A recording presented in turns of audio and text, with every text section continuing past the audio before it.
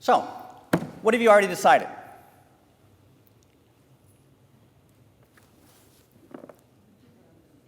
No, seriously, this is a real question. What have you already decided about the next 20 minutes, about the next 30 minutes? What have you already decided? It's going to be a great 4 days. It's going to be a great what? 4 days. Great 4 days. Awesome. I love it. Why did you decide that? Based on what? Just everything? All right. What have you decided? A bunch of you started talking once. What have you decided? I'm going to be an engaging speaker. All right. I like you. What have you already decided? What was that? You want to go get some barbecue. So you're thinking, get done so we can go eat. Anybody else thinking that? Woo! All right. So now I'm going to take 40 minutes instead of 20. Power. What have you decided?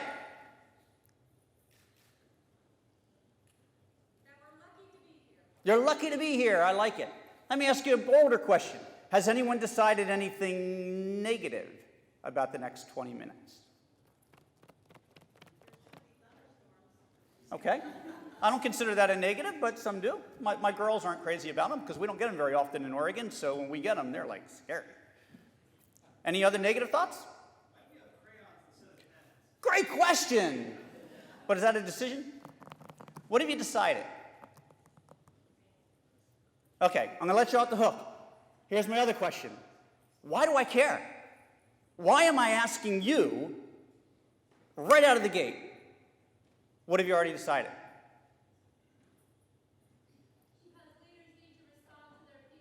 Because leaders need to respond to their people. So you're considering me the leader here?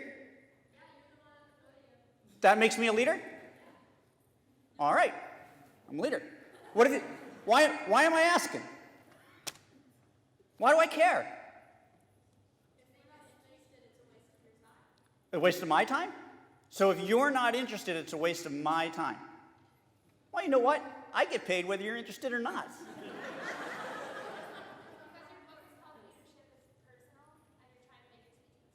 Okay, because my book is called Leadership Just Got Personal. Thank you for paying attention to the introduction. So I'm trying to make this personal. You're getting there. I'm one more person. I'll give you one more shot.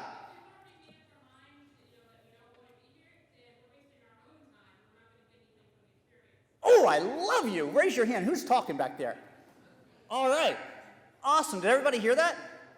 Did everybody not hear that? What she said was, if we've already made up our minds that we're not going to get anything out of this, then we're wasting our time. Leadership is consciousness. If you get nothing else out of these next 20 minutes or 18 minutes or whatever's left, if you get nothing else from me, let this be the thing you take away. The difference between leaders and those who don't consider themselves leaders is that leaders are conscious. Leaders are awake. Leaders don't just go with the flow. Leadership has a consciousness to it. Leadership has an intention to it. Leadership has a deliberateness to it. Leadership breaks what I call, well, not what I call, but what Newton calls the second law of physics. You know the second law of physics. Everyone knows it, right? An object in motion remains in motion until met by an opposing force. We get caught up in the momentum of our lives, and the problem is that too many people are deciding the value of their experiences in hindsight rather than foresight. They wait until something's over, and they say, I wonder if that was going to be any good. It was okay. Or, nah, he really stunk. Or, I didn't like him. He kind of had a beard or whatever that was on his face. And the real key is going into things, knowing what you want to get out of it, what you're aware of. See, because here's the truth. Every one of us, we wake up in the morning, we pack our lunch, we go to school, we go to work, and along with what we take with us, we've packed along all kinds of things. We've packed our integrity. We've packed our honesty. We've packed our judgments, the good ones and the negatives. We've packed our fears. We've packed our hopes. We've packed it all. The problem is, too few people are aware of it. So they're carrying around these unconscious biases, these unconscious decisions, these unconscious judgments, these unconscious thoughts. And so they're unconsciously spending the rest of their day looking for evidence to justify what they think and feel without ever really asking themselves what they think and feel. So if you get nothing else out of this, make the one thing you take away, that every moment you think about it, from the moment you wake up to the moment you go to sleep and about 1,000,000 times in between, what have I decided? When you see that person coming into your office or into your dorm room that you really don't like because they're annoying, you've already decided they're annoying. So how are you going to respond to them like they're annoying? But when you're a leader, you are first and foremost, and nothing else until you're a leader of yourself. And we use the expression all the time, don't we? We use it all the time. But at our eulogy, right? Wow, Tara led a phenomenal life. Isn't that great? But if you know Tara, you might be sitting in the audience going, well, wait a minute, let me think about that for a second. Did she really lead it? Or was she just a happy follower? Right? Because a lot of people really don't lead themselves. Think about the attributes, the qualities, the behaviors, the mannerisms, the choices, the decisions, the way the people that you look to and admire as a leader behave. And ask yourself, do you treat yourself with those attributes? Do you have that level of respect for yourself? Do you have that level of forgiveness for yourself? Do you inspire you every morning when you wake up like these great leaders inspire those around them? Do you? Because that's personal leadership. Because the truth of the matter is, the people that we looked up to and we consider great leaders, they do. Because when we're around them, we can tell when it's authentic and when it's fake. What have you decided? It's the single most important tool you can put in your leadership toolbox. Now let's build on that for a minute. See, here's the other truth. All of us have a story that we want to be able to tell with our lives. All of us. The problem is, not everybody knows their story, but they have their feelings. They know when they're in a situation when somebody who is the leader is disrespecting their story, and they're not engaged, but they really can't tell you why. When you are a leader of consciousness, and you are aware of the decisions you're making every day, in every moment, you can ask yourself, am I making the choices? Am I about to behave? Am I about to engage? Am I about to respect someone in a way that is my highest and greatest self? It's the best I can be, and therefore the best I can bring out of them. What are you taking with you every day? And what have you decided, and how are you engaging?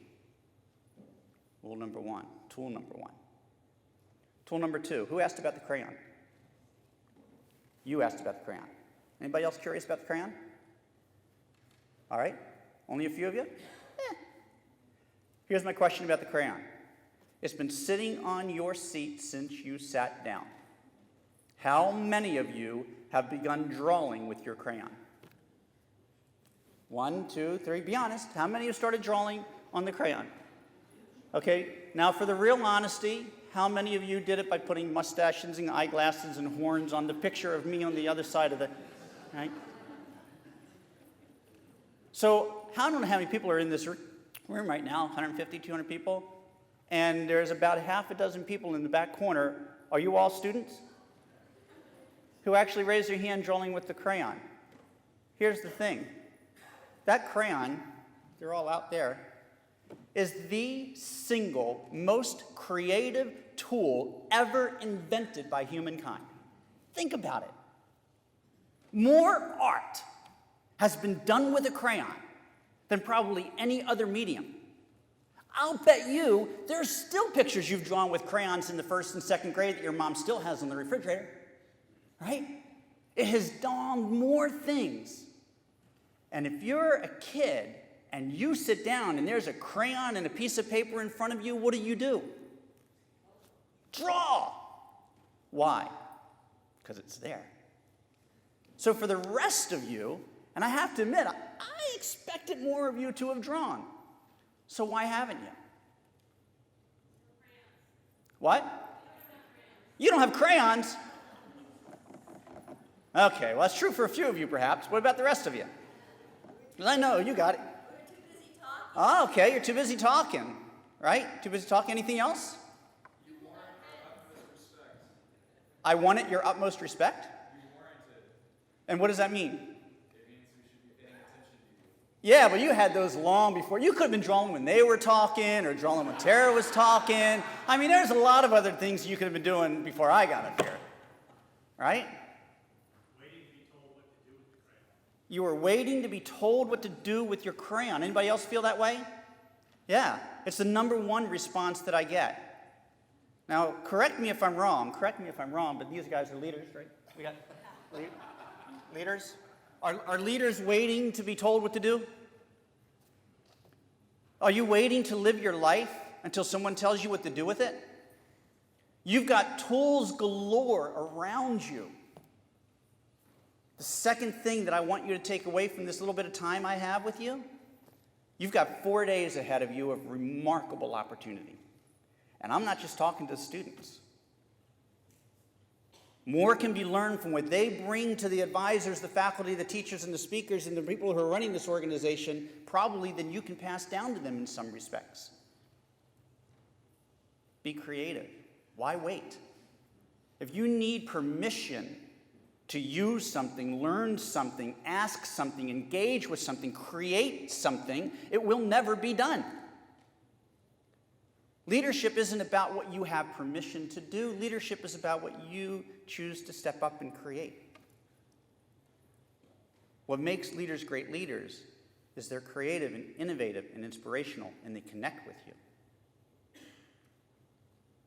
Not sitting around waiting to be told. So carry your crayon. Be creative. Be playful. Be connected, because that's what it's all about.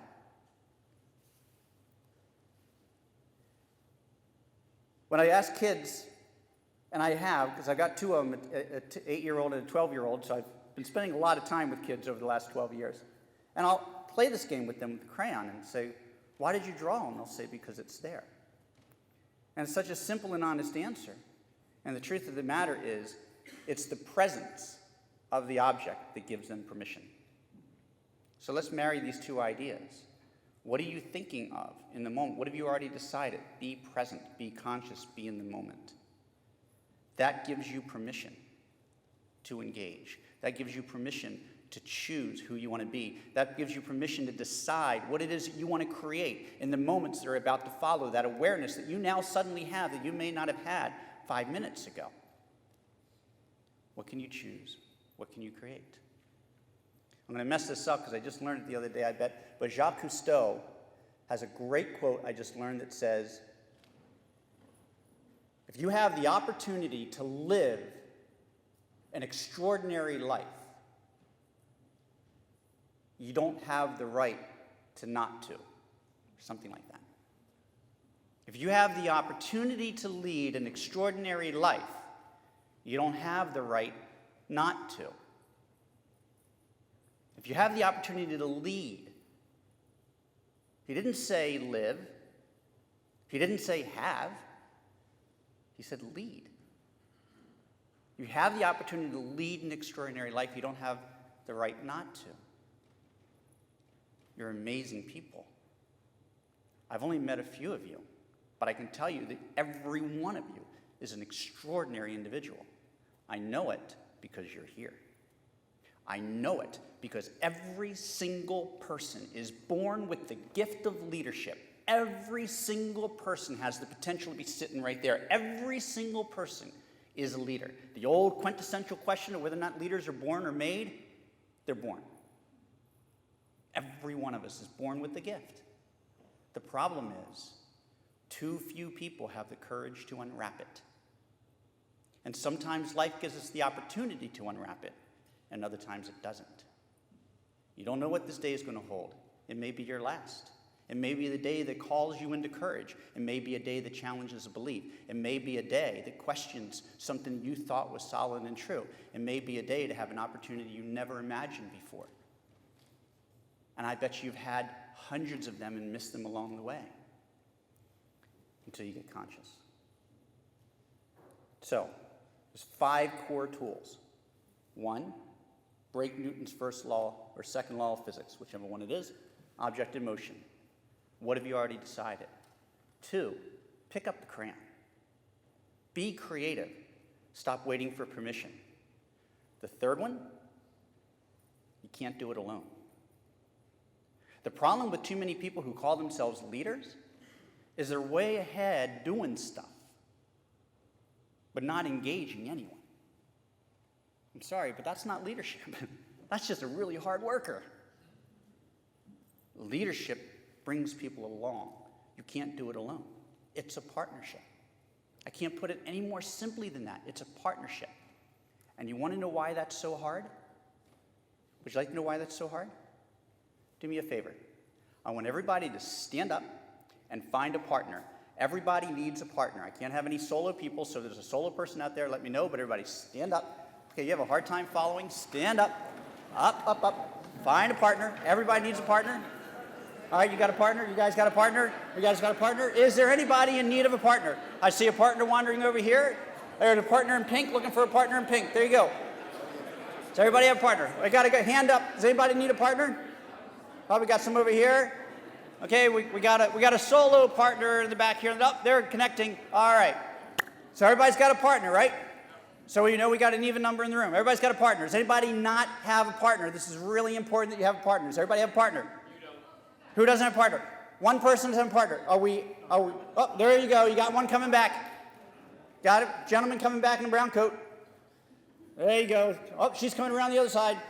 All right. I feel like an auctioneer. All right. I got a partner. Everybody need a partner. All right. Everybody's got a partner. First thing I'm going to ask you to do is I'm going to ask you to decide between you and your partner which of you is physically strongest. Go.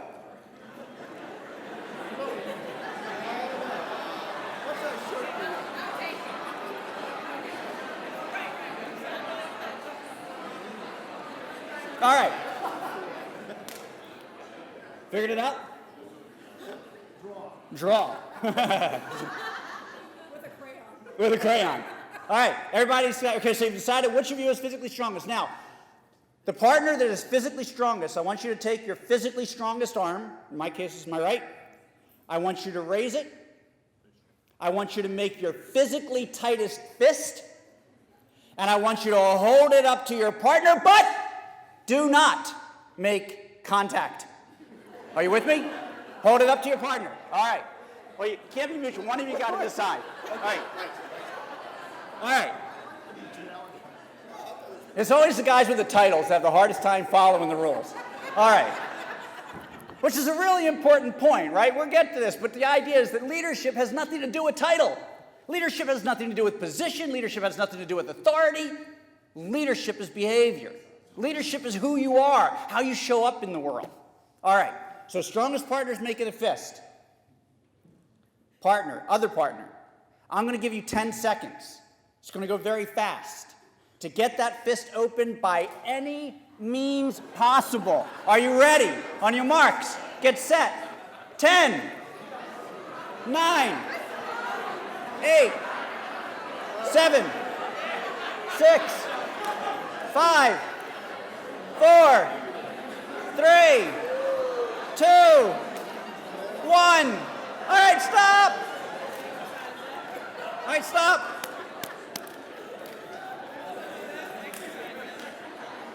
So, for insurance reasons, I simply must ask, does anyone need medical attention? All right, we got one guy back. Can you get a gurney, please? Is there blood involved? No, broken bone, perhaps? All right. Now, I asked that question jokingly and in all seriousness, because I have done this exercise more times than I can count. Thousands of people have gone through this with me, and I have had people draw blood. I have watched women with those claws, fingernails, dig and cause pain. I have watched people turn to their partner and go, bam, stepping on their foot.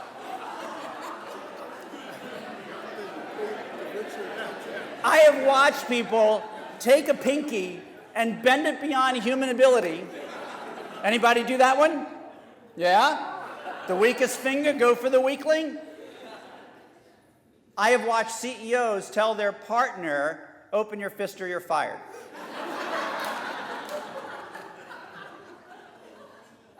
I've watched others take out a $20 bill and say, here. Ironically, both of those work. All right. If you were the person making the fist, sit down. So I want everybody standing who was trying to get the fist open. All right. Now, I know there's going to be at least one of you in this crowd because she could not have been more proud demonstrating it, so even I could see it from up here. If you got the fist open, stay standing. If the fist did not get open, please have a seat.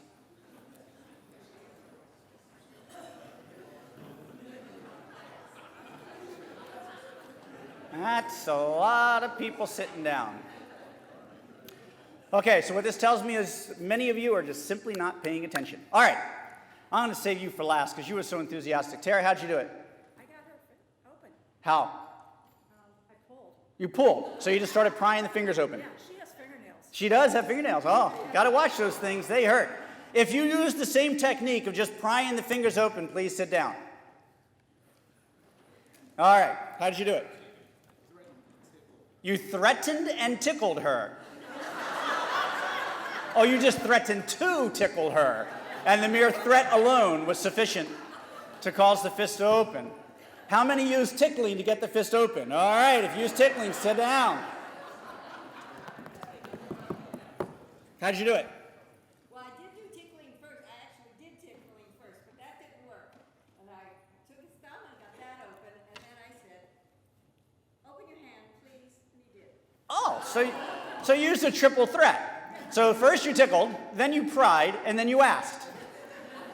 All right, so we already got the ticklers down, and we already got the prying down. So how many of you remaining standing asked? 1, 2, 3, 4, 5, 6, 7. How did you do it? I managed to work on his thumb a little bit, and he's such a gentleman, he just opened. He just acquiesced. Coward. All right, how did... Teamwork. Oh, right. Teamwork. Teamwork. Actually, that's a good point. Leadership is all about teamwork. How did you do it? I grabbed the other hand. And what did that do? So the original fist was still closed. Well, you didn't get the fist open. Although, I've never heard that one before. That alone gets you something. I don't know what. You can keep the crayon. All right. How did you do it? You were an asker?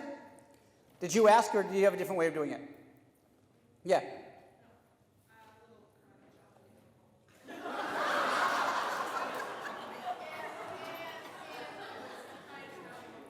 And it was what? Okay. All right. Any ideas that we haven't heard yet? How did you do it?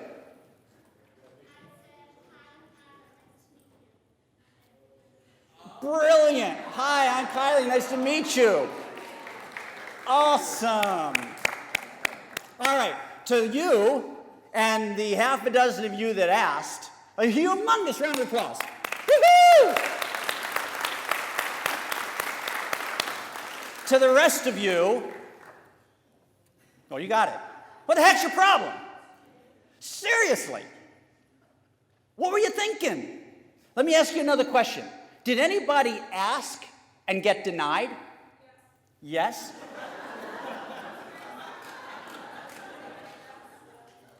You mean, selfish...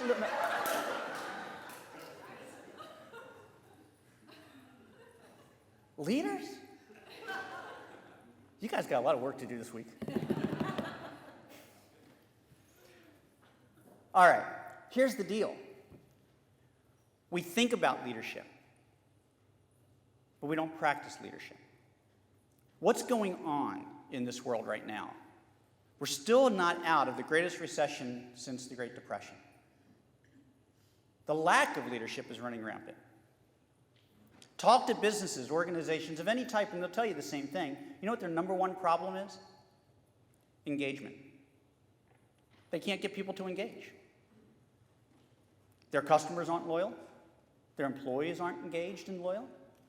How do we turn that around? Leadership. But what's happening? We're making demands. We're not leading. Demands aren't leading. Telling you to open your fist is not leading. Trying to force you to do something you don't want to do is not leading. Engaging is leading. Partnership is leading. Could I have used the word partnership any more in setting up that exercise? How many times did I say it? I stopped counting after 50.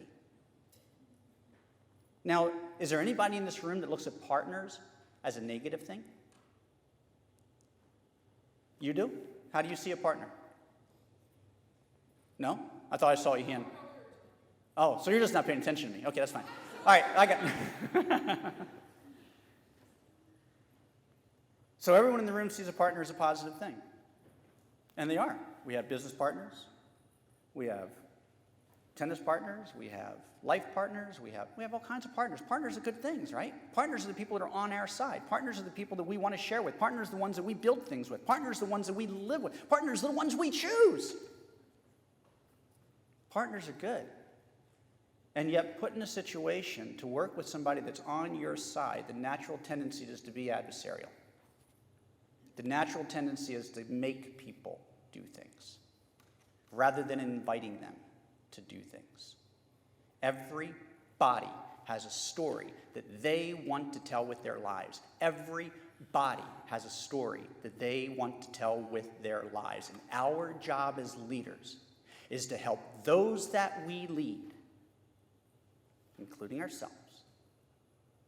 Our job as leaders is to help those that we lead to be able to tell their story with their life. And if you're asking them to do something that doesn't align with the story that they want to tell, you will not get engagement, period. They may do a task, they may do the job, but you're getting sub-performance because you're not aligning with who they want to be in the world. And they participate with you, and they engage with you, and they want to be a part of your organizations. They want to be a part of the things that you're building. They want to be part of the events that you guys are putting on back at campus because they want to be able to tell that story with their lives. They want to do those service projects because that's how they want to be seen. They want to be a part of the people that are doing things and impacting the world and changing the world the way they want to see it changed. Is your leadership helping you and those you lead to tell the story that they want to tell with their lives? And to do that, tool number 4 is you've got to sail. I love sailboats. Great metaphor for life.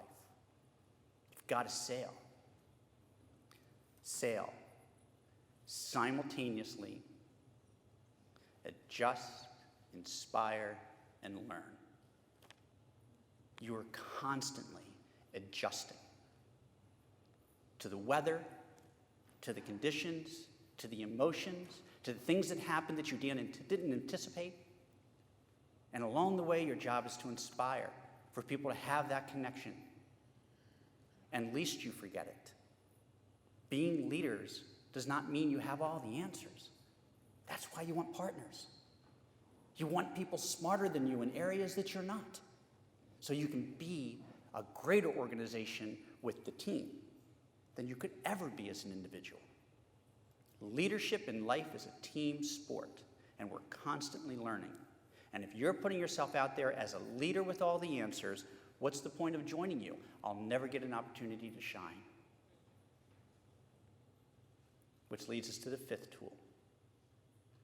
And it's going to sound a little bit trite at first, but stick with me. Tool number 5, smile. Smile. Because when we smile, people engage. When we smile, we feel better. When we smile, it's less of a threat. When we smile, we're seeing them as a friend and I was about to say adversary, but that's not the right word. They're on our side. They're a teammate. But it's more than that. It's more than that. Because smiling is not something that you do because you feel like it.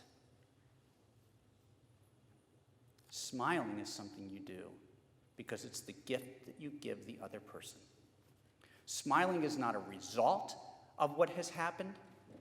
It is what creates what will happen. So just because you had a bad experience moments ago and you're angry, frustrated, and mad, doesn't mean that you have to give that gift to the person you're engaging with. And that person deserves your presence, your moment, and your smile.